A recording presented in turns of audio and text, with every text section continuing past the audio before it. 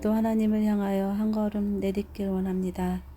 우리 속에 머뭇거림을 버리고 담대함으로 나아가길 원합니다. 다 함께 사도신경으로 우리의 신앙을 고백하겠습니다. 전능하사 천지를 만드신 하나님 아버지를 내가 믿사오며 그 외아들 우리 주 예수 그리스도를 믿사오니 이는 성령으로 잉태하사 동정녀 마리아에게 나시고 본디오 빌라드에게 고난을 받으사 십자가에 못 박혀 죽으시고 장사한 지 사흘 만에 죽은 자 가운데서 다시 살아나시며 하늘에 오르사 전능하신 하나님 우편에 앉아 계시다가 저리로서 산 자와 죽은 자를 심판하러 오시리라. 성령을 믿사오며 거룩한 공예와 성도가 교통하는 것과 죄를 사하여 주시는 것과 몸이 다시 사는 것과 영원히 사는 것을 믿사옵나이다. 아멘.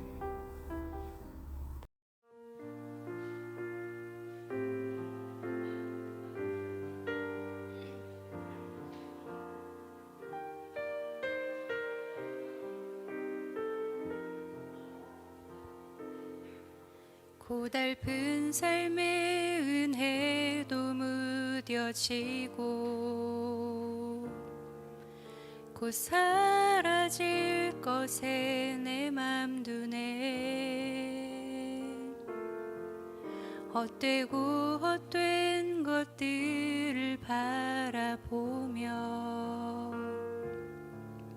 그 은혜를 놓치며 살았네.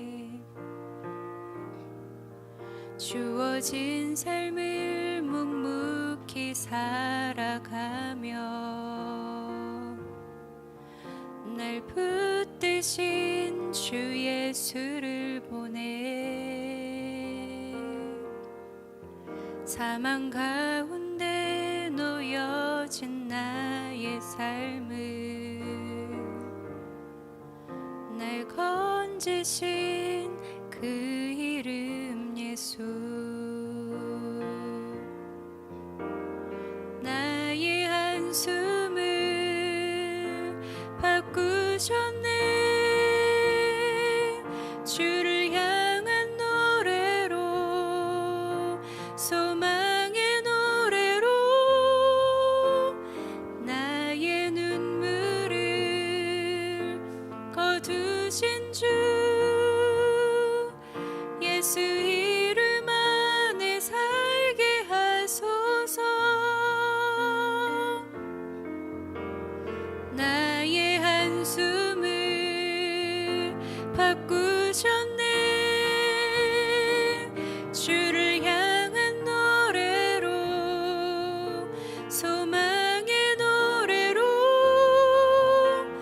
나의 눈물을 거두신 주 예수 이름 안에 살게 하소서.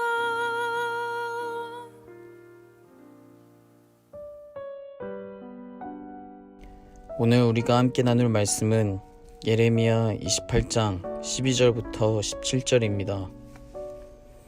선지자 하냐냐가 선지자 예레미야의 목에서 멍에를 꺾어버린 후에 여호와의 말씀이 예레미야에게 임하니라. 이르시기를 너는 가서 하냐냐에게 말하여 이르기를 여호와의 말씀에 내가 나무 멍에들을 꺾었으나 그 대신 쇠 멍에들을 만들었느니라. 만군의 여호와 이스라엘의 하나님께서 이와 같이 말씀하시니라.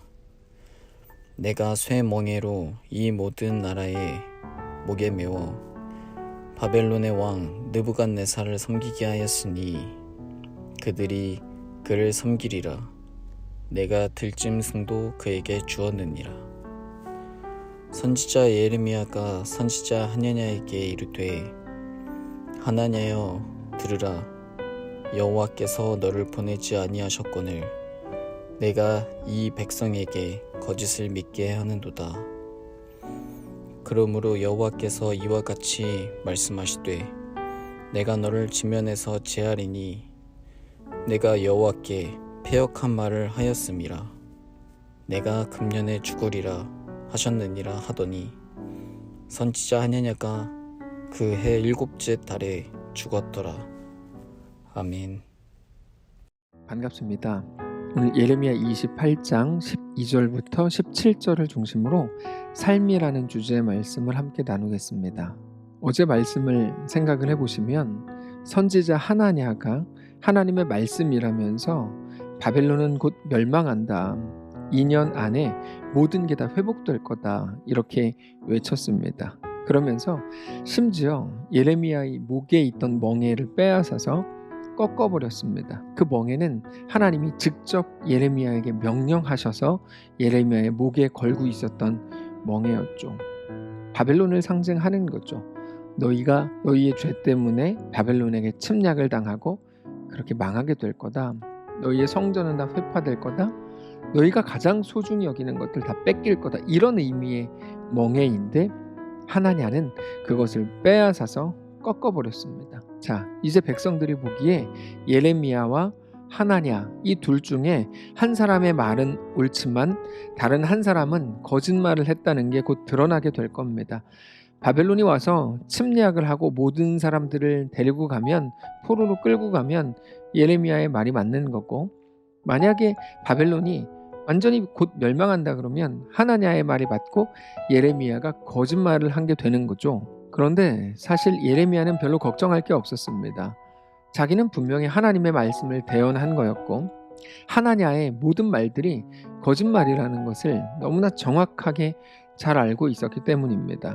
그래서 나도 네가 말하는 대로 되기를 원한다. 정말 원한다. 근데 그럴 수 없다. 그건 하나님의 뜻이 아니기 때문이다. 나는 하나님의 뜻을 안다. 이렇게 말하고는 돌아갔습니다. 그리고 나서 오늘 본문을 보면 하나님께서 예레미야에게 다시 한번 말씀을 주시는데 하나냐에 대한 말씀을 주십니다.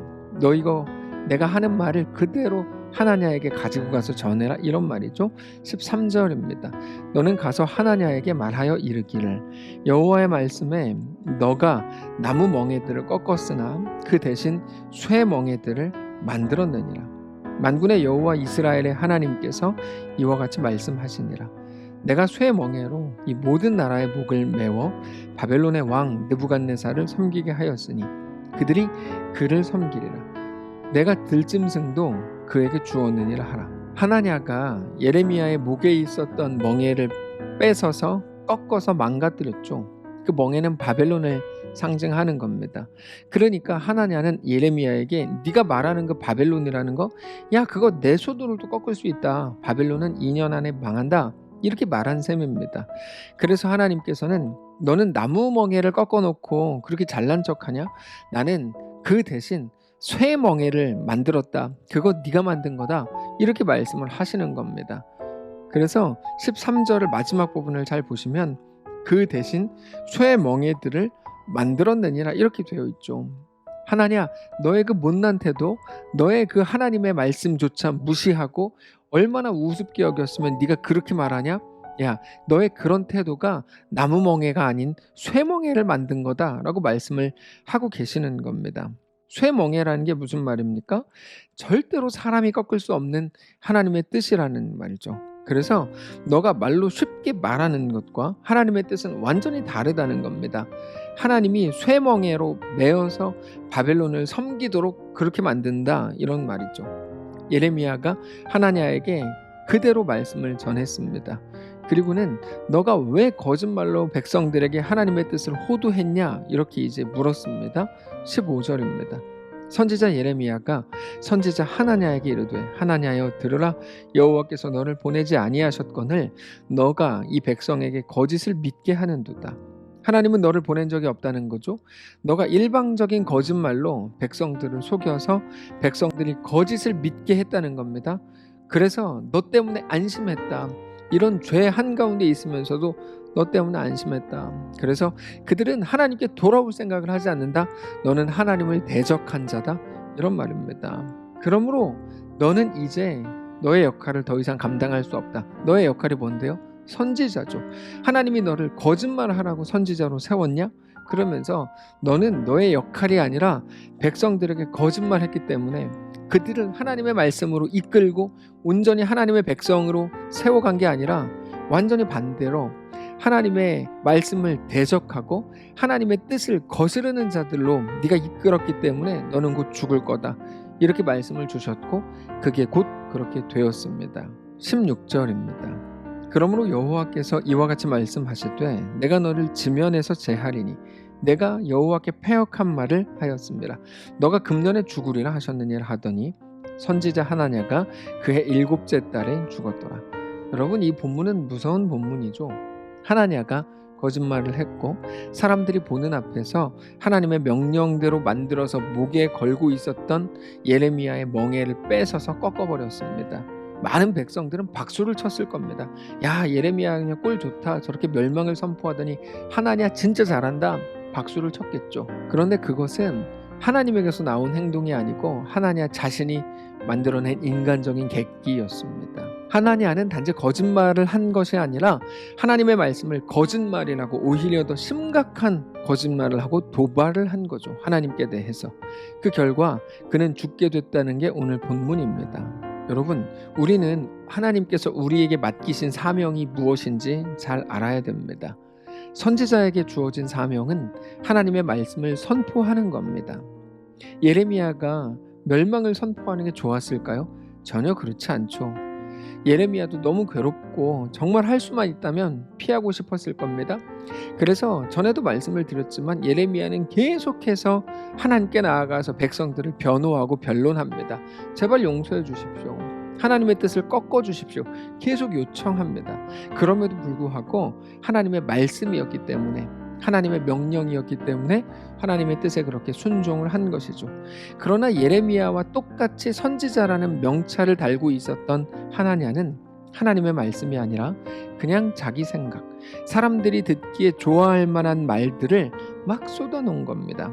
그리고 하나님은 그러므로 너는 더 이상 하나님의 말씀을 전할 것도 없다라고 하면서 결국 그가 그렇게 죽게 된 거죠. 오늘 본문의 하나냐는 시드기야 5째 달에 하나님의 이름을 빙자해서 거짓말을 했고, 그거는 단순한 거짓말이 아니고 선지자, 하나님의 말씀을 전해야 되는 선지자였던 하나냐가 거짓을 하나님의 말씀이라고 속여서 외친 결과 그해 7째 달, 그러니까 2달 후에 죽은 겁니다. 자, 우리는 이 부분을 단지 하나님의 말씀을 안 들었더니 죽었다, 이런 자극적인 내용으로 생각할 수 있지만 아니요, 우리는 이 내용을 차분하게 잘 생각해야 될 필요가 있습니다. 우리 스스로에게 이 말씀을 잘 적용해야 됩니다. 단지 하나님의 말씀을 안 들어서 죽었다는 식의 접근이 아니고, 여러분, 하나냐는 정확히 말해서 자기의 사명을 감당하지 않은 것 자체가 이미 죽음이었던 것과 마찬가지인 겁니다. 우리의 삶이라고 하는 것은 숨이 붙어있는 단순한 생존이 아니라 삶의 이유를 확인하고 그거를 감당하는 것이라는 것을 우리가 정확히 알아야 합니다. 우리에게는 하나님이 맡기신 사명이 있습니다. 그것은 단지 어떤 직분을 의미한다기보다 성도로서의 삶을 의미하는 겁니다. 우리의 현실 속에서 하나님을 믿는 자로 살아가는 것. 성도는 하나님의 백성인데 하나님 나라의 백성에서 하나님 나라의 핵심은 뭡니까? 통치권이죠. 누가 다스리는가의 문제입니다. 단지 그들이 잘 먹고 잘 사는가의 문제가 아니고 하나님의 다스림을 받느냐의 문제라는 거죠.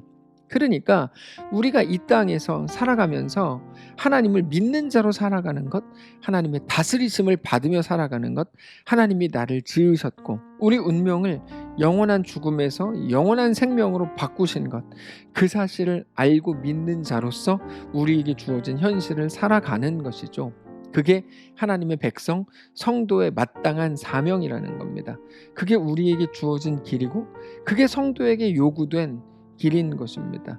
그게 아니라면 우리는 오늘 살아도 산 게 아닙니다. 생명력이 다 사라진 단지 숨만 쉬는 중인 것이죠.